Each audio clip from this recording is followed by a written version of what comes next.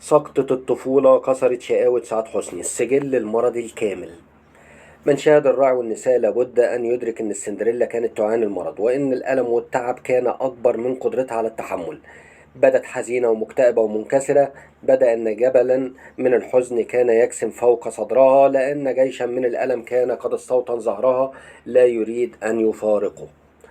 وقد جد جديد على جبهة المرض، فقد دخل عدو آخر إلى ساحة المعركة التي خسرتها السندريلا في النهاية، وهي التهاب فيروسي أصاب العصب السابع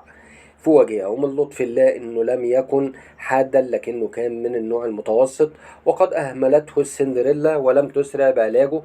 إلا عندما شعرت بصعوبة في تحريك عضلات الوجه عند الضحك أو الأكل.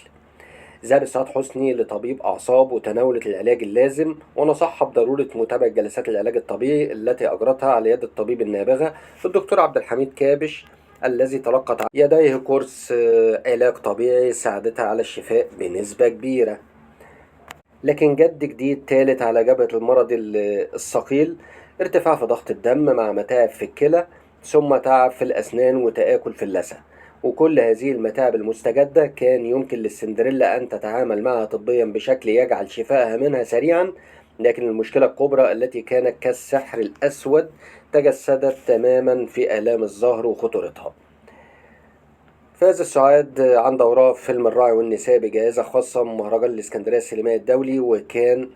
كانت تسلم السندريلا لجائزتها من المهرجان، ثم ظهورها بعد ذلك في برنامج زوم مع سلمى الشماع على شاشة التلفزيون المصري هو آخر ظهور فعلي لها في الأوساط الفنية. وغني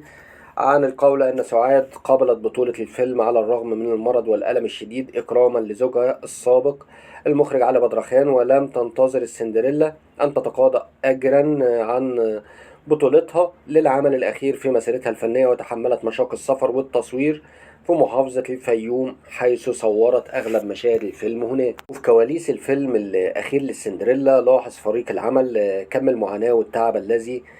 لازم سعاد حسني. وبعدها بسنوات قالت يسرى التي شاركت سعاد حسني وأحمد زكي بطولة الفيلم إن هي شعرت أن سعاد ربما لا تستطيع تحمل مشاق العمل مرة أخرى. وبعد الراعي والنساء اختفت سعاد حسني عن الأنظار، ولم يكن أحد يدرك أن قليلين جدا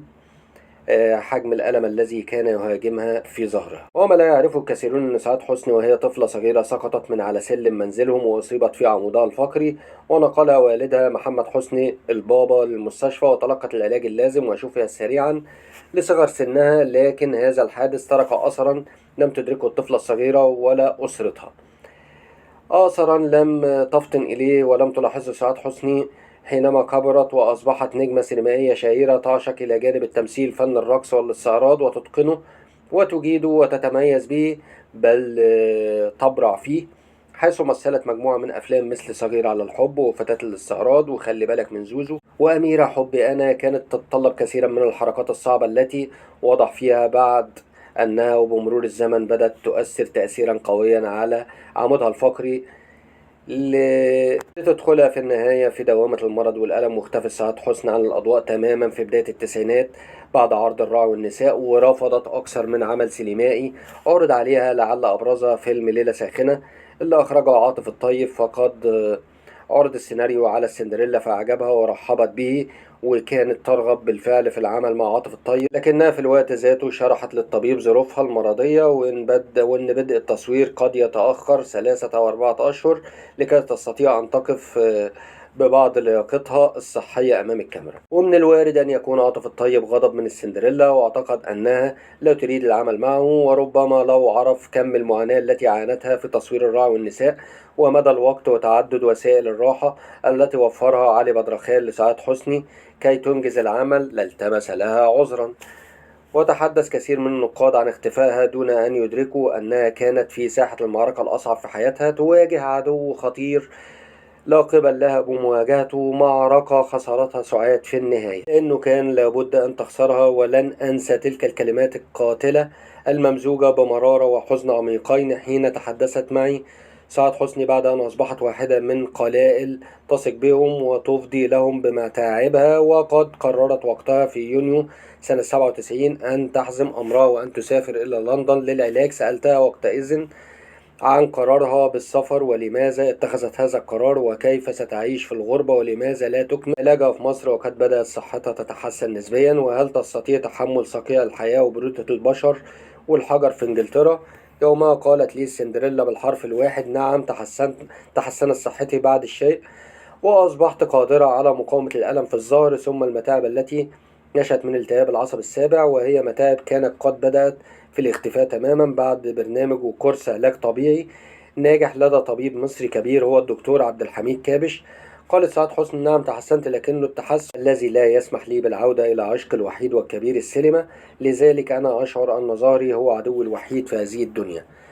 وبعد الراعي والنساء ظهرت سعاد حسني في مهرجان الإسكندرية السينمائي اللي فازت بيه بجائزة خاصة من فيلمها الأخير، وظهرت كذلك في حوار تلفزيوني مع المذيعة سلمى الشماع في برنامج زوم، ثم قررت أن تختفي وأن تبتعد، فلم يعد لديها القدرة على مجابهة حياة النجومية التي تتطلب أعباء إضافية لم يعد لها قبل بها، وقررت أن تتفرغ بشكل كامل لمقاومة المرض. كان هناك أمل كبير لديها في أنها ستتغلب يوما ما على ذلك العدو المتوحش. وكانت آلام الظهر قد زادت واشتدت على السندريلا، فقررت إجراء فحوصات وعدة أشعات أظهرت وجود ما يسمى طبيا بشرخ إجهادي في الفقرة القطنية الأخيرة وفقرة العجز الأولى أسفل العمود الفقري، وهو شرخ كبير يرتقي إلى الكسر. وذهبت سعاد حسني لطبيب مصري كبير متخصص في جراحات العمود الفقري وهو الدكتور محمد رفعت، اللي قال لها حرفيا: تحتاجين جراحة في الظهر لتثبيت شريحة معدنية ويمكنني إجراءها، لكن مثل هذه الجراحات الدقيقة قد يحدث فيها أن ينحرف مشرط الجراح جزءا من المليمتر فيصيب العصب وبعدها شلل، وساعتها ستنتهي مسيرتي الطبية والناس هتقول محمد رفعت قعد سعاد حسني ونصحها بالسفر لفرنسا وإجراء جراحة عاجلة في الظهر، وهو ما حدث بالفعل. وحزمت السندريلا حقائبها وسرقت إلى عيادة الدكتور رينيه لوي بمدينة مارسيليا، وهو طبيب فرنسي شهير متخصص في هذه الجراحات ولا يفوقه نبوغا إلا الطبيب الأكثر قدرة وعبقرية، واسمه روكامي، الذي أجرى عدة عمليات ناجحة جدا في ظهر شريهان إثر الحادث البشع الذي تعرضت له. لتجري سعاد حسني هناك عملية تثبيت شريحة معدنية ولتلبس على ظهرها حزاما من البلاستيك لمدة 4 أشهر، وقرر لها الطبيب هناك أن تتعاطى جرعات محددة من الكورتيزون. وعادت سعاد حسني من فرنسا يرافقها الأمل في الشفاء، وتستمر مرتدية ذلك الحزام ثم تعود إلى باريس ومنها إلى مارسيليا لمعاودة طبيبها الذي بشرها بنجاح العملية، وإن عليها أن تستغني عن الحزام حول الظهر وممارسة تمارين العلاج الطبيعي لمدة شهر ونصف. وترددت السندريلا على المستشفى الأمريكي بباريس لمدة أسبوع لإجراء بعض التحاليل، كما ترددت على إحدى المصحات لعمل جلسات علاج طبيعي، وهناك في باريس وفي أحد المطاعم القريبة من الفندق الذي كانت تقيم فيه تلتقي سعاد حسني صدفة بنجمة الغناء صباح وزوجها فادي لبنان، وتلتقط لها صورة مع صباح تبدو فيها السندريلا جميلة باسمة ومتفائلة على الرغم من زيادة وزنها، لكنها كانت لا تزال تشعر بالألم مستمرا في ظهرها، وقد زاد وزنها بسبب أدوية الكورتيزون والمسكنات التي قررها لها طبيبها الفرنسي ريني لوي. زاد وزنها عدة كيلومترات ولم تختفي آلام ظهرها، ومن الواضح أن لوي ريني لم يكن هو الجراح العبقري الذي كان يجب أن تعالج سعاد حسني لديه، وقد كان الأفضل بالنسبة لها أن تجري الجراحة لدى الجراح البارع روكامي الذي عرفه المنتج سمير خفاجة ليحضر أول عرض لمسرحية شارع محمد علي اللي قام الشريهان ببطولته بعد شفائها، وقدمت خلالها عددا من الاستعراضات الصعبة، وبكى كامي فرحا بما رآه من شفاء كامل لمريضته، ولم يكن يتوقع أن تعود شريهان كما كانت قبل الحادث تماما. لكن أجر كامي كان كبيرا جدا، غير أن زوج سعاد الصحفي والسيناريست المبدع ماهر عواد ذكر لي أن الجراحة التي أجرتها سعاد كانت صعبة أيضا، لأن الشرخ الذي كان يضرب ظهرها حدث لها في فقرتين سفليتين من ظهرها، وبالتالي كان حمل الظهر كله يضغط على الفقرتين. ويهمنا هنا أن نقول أنه كان أجر روكامي كبيرا جدا، فإن أجر لوي رينيه كان كبير أيضا، أي أن سعاد كانت تمتلك المال الكافي واللازم لعلاجها والإقامة في لندن لمدة 4 سنوات.